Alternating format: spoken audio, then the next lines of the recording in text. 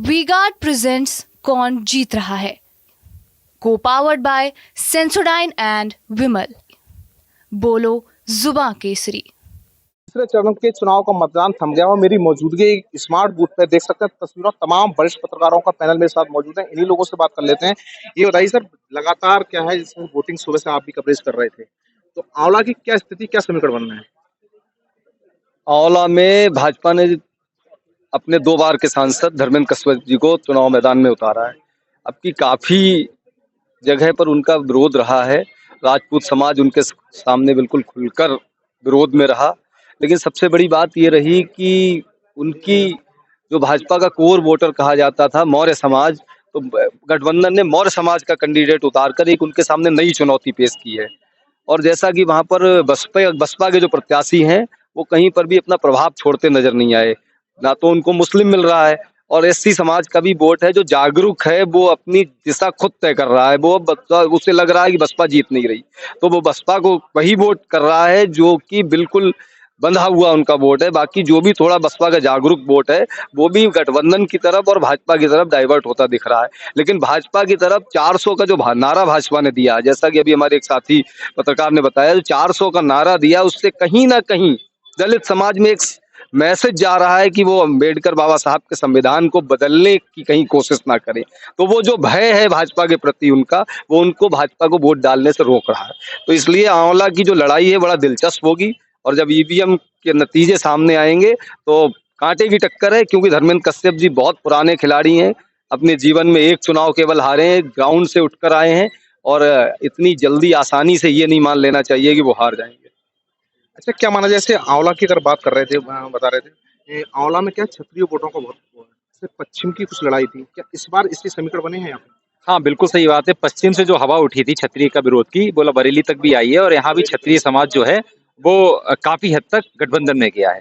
अब ये देखना यह है कि आने वाले समय में जब रिजल्ट आता है तो क्या स्थिति रहती है। अच्छा, स्थानीय मुद्दा इस पर क्या हावी रहे थे? स्थानीय मुद्दा यहाँ पर वही है कि छुट्टा जानवर है और बेरोजगारी है, शिक्षा है। मेन मुद्दे यहाँ पर यही रहे हैं, और जो प्रत्याशी है इस बार यहाँ के लोकल लोगों ने प्रत्याशी के ऊपर वोट दिया है, ना कि संगठन और पार्टी के ऊपर। अच्छा, क्या माना, जैसे बीच में चर्चाएं चल रही थी कि भारी प्रत्याशी हैं, क्या उसका भी कुछ फर्क पड़ेगा? नहीं, उसका कोई मेरे ख्याल से फर्क नहीं पड़ेगा, क्योंकि वहां पे जो बेस वोट है वो मौर्य है, उन्होंने वही कैंडिडेट दिया है, इसलिए मौर्य है, मुस्लिम है, यादव है, तो वो उनका गठबंधन का गणित अच्छा है। अच्छा, लग क्या रहा है, कैसे क्या फाइट है, कौन सा प्रत्याशी कमजोर दिखाई दे रहा है, कौन सा? ये तो नहीं कह सकते हैं, क्योंकि बरेली है और आंवला में दोनों प्रत्याशी मजबूत, चारों प्रत्याशी मजबूत है। टक्कर गठबंधन और भाजपा में ही है, इसलिए कहना अभी जल्दी होगा कि कौन जीतेगा कौन हारेगा। देखिए, और भी हैं। आपका पहले परिचय जान लो, क्या परिचय है? नमस्कार, मेरा नाम पवन सक्सेना है। जिस तरह से आंवला के जो समीकरण है, आज वोटिंग हुई है, आप भी ग्राउंड जीरो पे थे, क्या समीकरण बन रहे हैं और कौन सा प्रत्याशी भारी नजर दिखाई दे रहा है यहाँ पे? देखिए, आंवला के जो मौजूदा सांसद हैं धर्मेंद्र कश्यप जी, वो बहुत ज़मीन से जुड़े हुए नेता हैं और पिछले कई सालों की लगभग उनकी 2.5 से 3 दशक की राजनीति है। अगर हम उसे गौर से देखें तो उन्होंने ग्राउंड लेवल पे बहुत अच्छा काम किया है और बहुत नीचे से वो भारत की सबसे सर्वोच्च सदन तक पहुँचे हैं। तो ऐसे लोगों को राजनीति की तो समझ होती है और बहुत मेहनत से वो निकल कर आए हैं।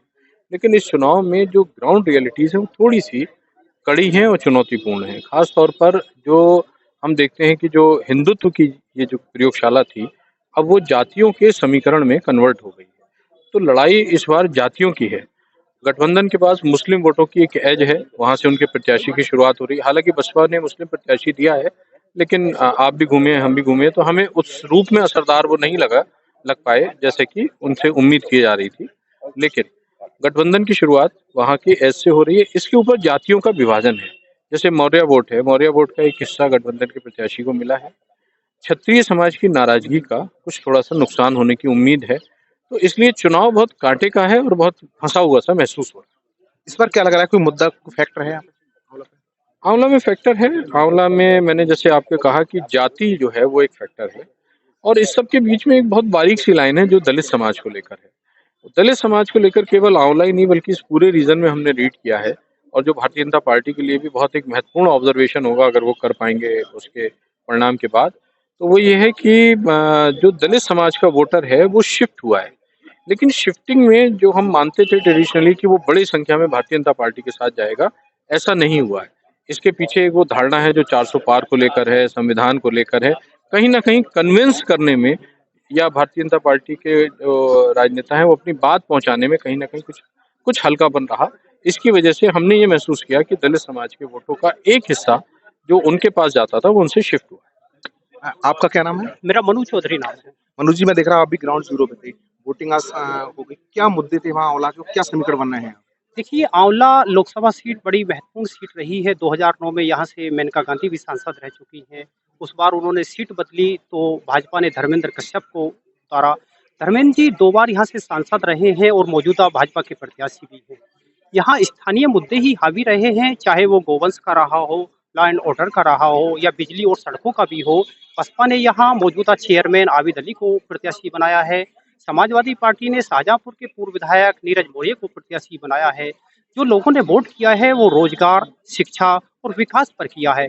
एनआरसी, सीए और राम मंदिर यहाँ कोई मुद्दा देखने को नहीं मिले हैं। अच्छा, क्या माना जा रहा है इस बार? क्या देखो 2019 का चुनाव कुछ इस बार क्या कुछ राम मंदिर है, धारा 300 इस टाइप के मुद्दे क्या है?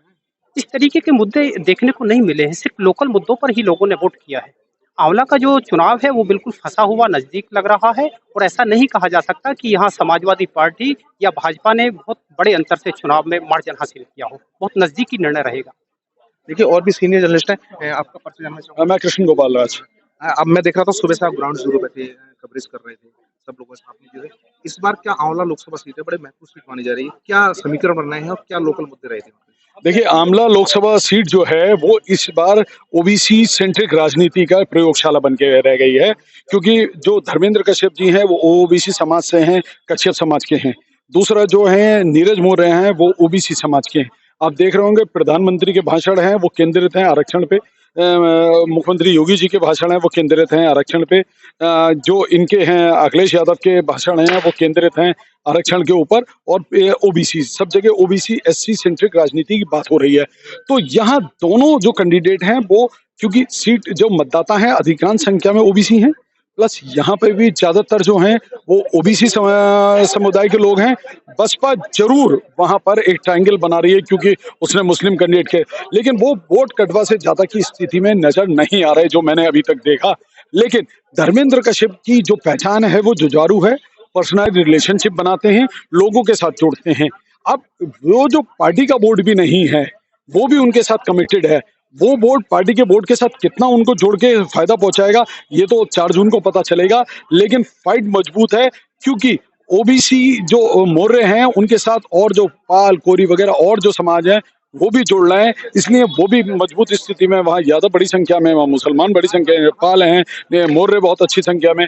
साथ में अगर मैं बात करूं तो वहां पर और जो ओबीसी और एससी जातियां हैं वो भी काफी हैं। तो कहीं ना कहीं ये कांटे की टक्कर होने जा रही है। जिसने इस बार एससी वोट पर काबू पा लिया, जिसने उसको अपनी तरफ कर लिया, क्योंकि संविधान, आपने देखा होगा कि अखिलेश यादव जी आए थे तो अपनी जेब में संविधान की छोटी सी किताब लिए हुए थे, जिससे दलित वोट के मन में कहीं ना कहीं ये है कि कहीं संविधान वाकई तो बदलने नहीं जा रहा। क्योंकि 400 पार का जो नारा है वो एक, उसमें माहौल तो बीजेपी ने बनाया था अपने लिए कि भाई उससे उसे ये फायदा होगा कि लगेगा कि उसकी टक्कर पे कोई नहीं है। लेकिन एक नेगेटिव पॉइंट इसमें ये साबित हो गया कि लोगों को, एक तो उनका वोटर उदासीन हो गया, उसे लगा कि 400 आ ही रही है तो मेरा एक वोट से क्या फर्क पड़े। दूसरा जो अंतर आ रहा है वो दलित के मन में ये आ गया है कि कहीं दलित वोट छिटक तो नहीं है। लेकिन धर्मेंद्र कश्यप का जिनका बात है वो आदमी जमीन से जुड़ के खुद अपने बल पे राजनीति की है उस आदमी ने, तो वो कहीं ना कहीं अपने वर्चस्व को बनाए रखे, पिछले लंबे समय से बनाए हुए हैं। विधायक रहे, मंत्री रहे, 2 बार सांसद रहे। तो ये कहीं ना कहीं कांटे की टक्कर होने जा रही है और नतीजे जो है 4 जून का इंतजार करना पड़ेगा, उससे पहले कुछ भी कहना मुश्किल है। तो देखा तमाम जो सीनियर पत्रकारों का पैनल हमारे साथ में मौजूद था, हमने इनका साफ तौर पर यही कहना है कि जो समीकरण बन रहे थे वो एक एक करके सारे पत्रकारों को समझाएगा। अब तो आने वाला वक्त 4 जून है, वही पत्रकार जर्नलिस्ट अंश माथुर के साथ मनवीर सिंह, TV9 भारतवर्ष, बरेली।